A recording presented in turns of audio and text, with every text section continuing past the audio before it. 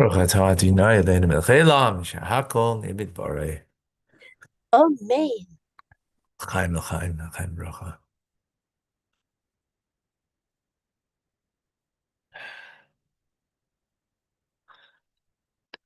The story I told last night in the Torah studies class, the Brazil story. Good morning. Recall the story? Yeah. So, Carol, you recall that story?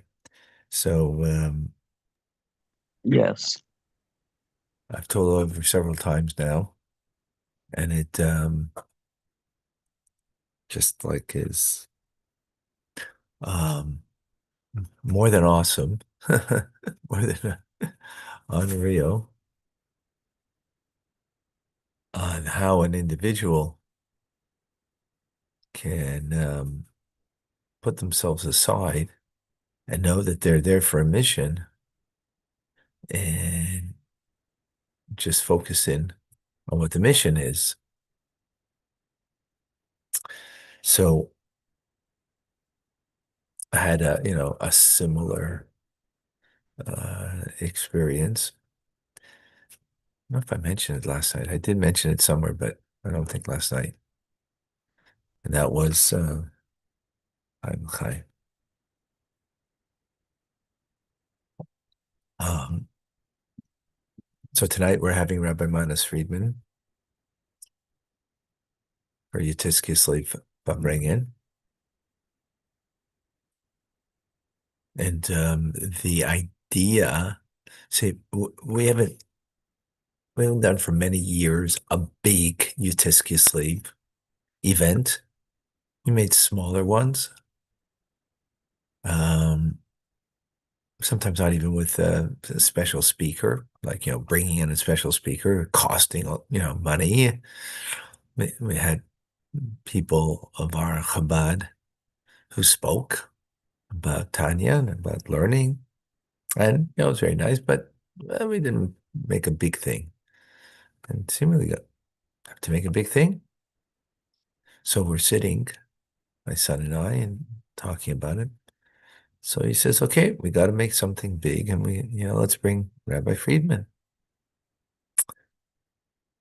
And, we're going to go for the talk. And so he had inspired me to do it. And at one point I said there's so much on the plate right now that to take this, it's like crazy. You know, it's middle of our matching campaign and, a bunch of other things. But I said, okay, let's go for it. And without, you know, um, with just seeing the mission that needs to be accomplished. Um, many details coming together. And so it's not it's not at all like in the story with Rabbi Nota Barkan, who went down to Brazil. The Rebbe asked him, "Are you going to Brazil?" So it's nothing uh, fabulous like that. But what's fabulous about it is that I'm inspired by my son and make a resolve and, don't look back. Just move forward. Although at one point I was thinking, oh boy, it was, it was a tough grind, and how are we going to get a nice large crowd and so on. And now we're, you know, possibly at 200 people, and people are paying a large, it's $85 a person. Getting a full catered meal. It's costing us more than the $85 per person, but Point is, I don't think we've charged $85 for anything before of this nature. $45. And for $45 a lot for people, even though, what things cost just, the caterer alone, just for the food, you know, is over $50. Besides service and everything else that comes.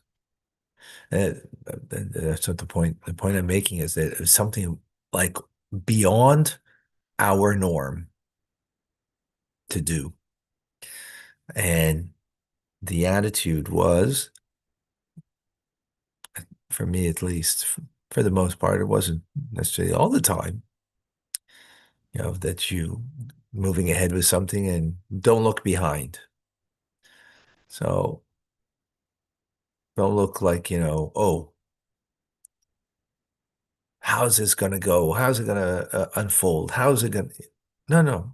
Just move forward. It's going to unfold well.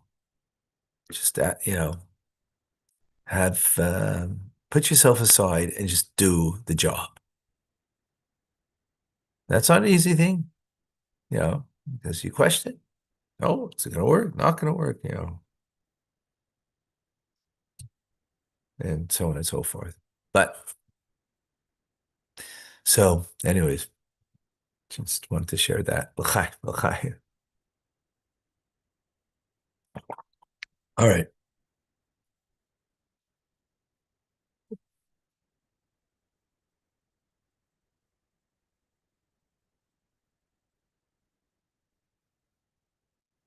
So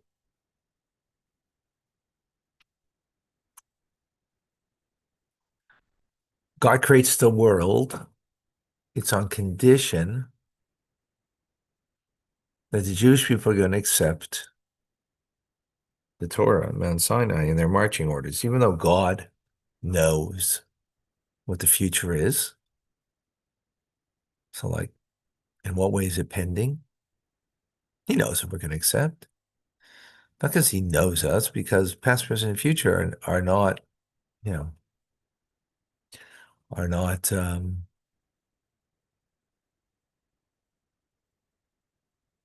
not hidden from him. By the way, the righteous, as a result of that, also have that kind of quality.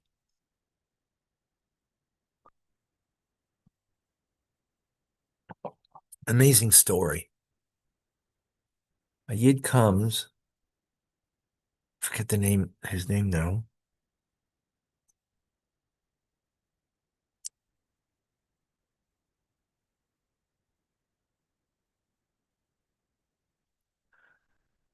Forget the names of the people involved. I have to look it up.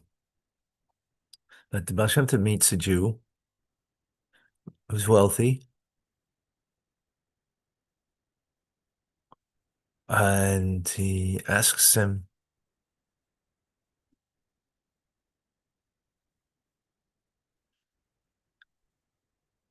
how he is and what blessing can he give him. So he says, Rebbe, I'm blessed. I don't need a blessing. So he says to him, could you do me a favor? I have a letter. Could you please um, forward this letter to such and such person? I forget the name now. Sorry, forget the names. So actually names, and even though it's almost a 300-year-old story. So he, sure, takes an envelope, you know, it's a letter in there. Anyways, he forgets about the letter to bring it to, I think it's to Brody, if I recall. And he, with time marching forward, he loses his fortune. He loses everything. He's got to sell everything, even his clothes. Finally, he's got one jacket and he left and he's about to sell it. And he looks inside, oh my gosh, There's an envelope over here from the Baal Shem Tov, and I never delivered it. He's broken. He knows the greatness of the Baal Shem Tov. This is 16 years later. Baal Shem Tov passed away already. He takes the envelope and he brings it to the person. And the person that he brought it to, again, I forget the person's name, he became the Gabbai Tzedakah. He became the one who collected for the poor in the community. Um,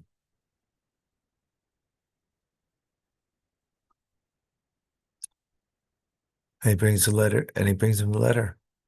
That day he became the head of, distributing funds for the poor in the community.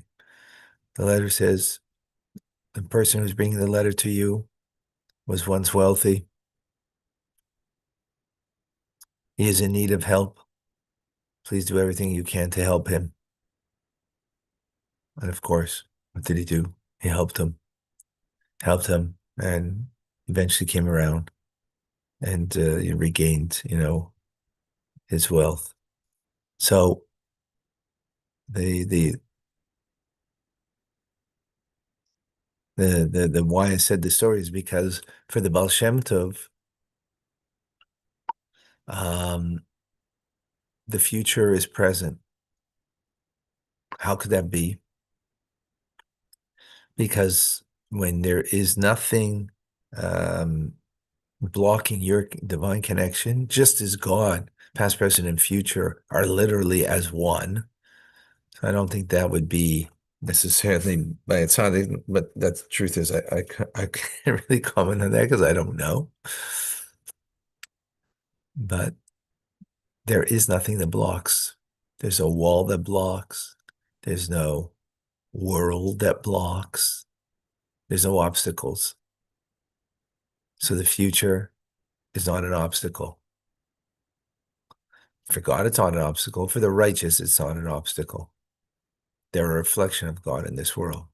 Now, they're not God and therefore don't have it as God does, but they're empowered, they're given from God that quality.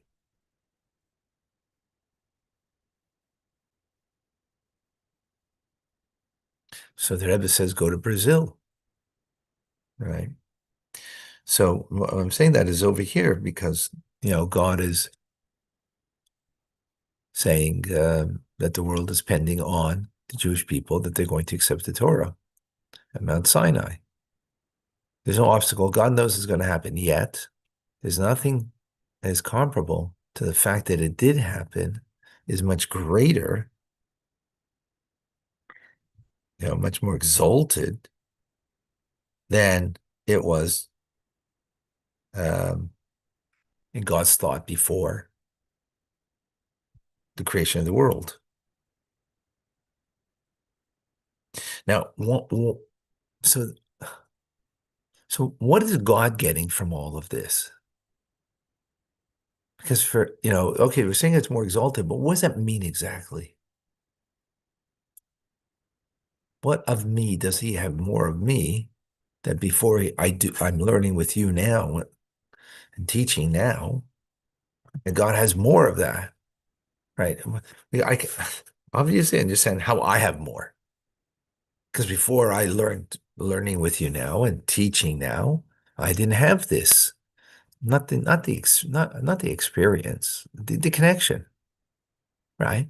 Connection to the Torah, the connection to God, connection to you. Obviously, that we get. But what does God have more of me in doing this than before doing it? Than before God, past, present, future is all one. Like, wait, so the whole purpose of the soul to come down here,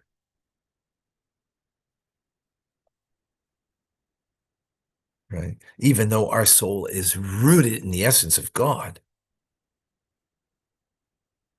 right? And in being rooted in the essence of God, guess what?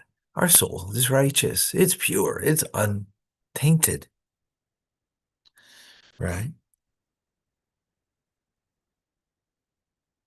So what do we have coming down here? What do you need more than being righteous? You know what we have more? When we come down here into this world, we then can now become Bali Tshuva. We could be masters of penitence, of return. That our spirit is returned to God.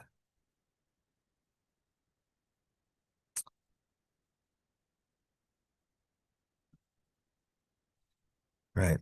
Now, it says that the ultimate purpose of the soul coming down here is in order to fix the body and the animal soul and one's portion in this world, because those things are removed from God. The soul isn't removed from God, but my body that has a self-centered, agenda, my animal soul likewise, the things of my life, like my cup of coffee here, right?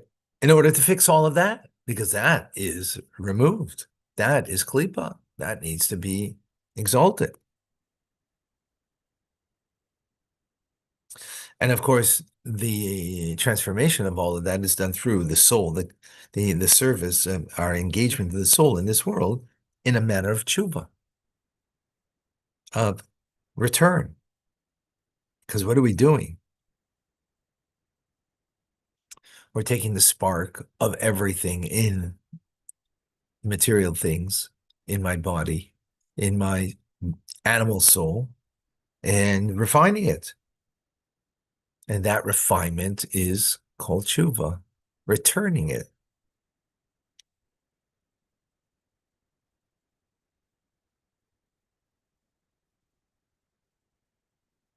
And where specifically is the tshuva is in the physical world, right?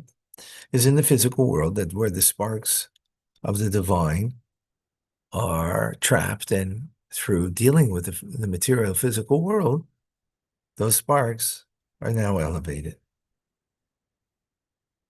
That's that's tshuva of the world. That's return of the world, which is greater than even tshuva of the soul, because the soul began righteous, but now if it comes down into this world, it has to contend with a body and animal soul and things. Okay, so, but everything else,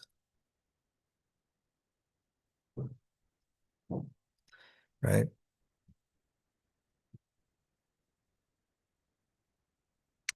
So that's something God doesn't have until we engage in this world. The righteousness of everything, yes, but okay, I'm going to continue. So tonight begins Yutes Kislev. Soon we're going to learn the end of Tanya. We'll celebrate the completion once again, which is amazing. And then we'll begin anew. Yeah. All right.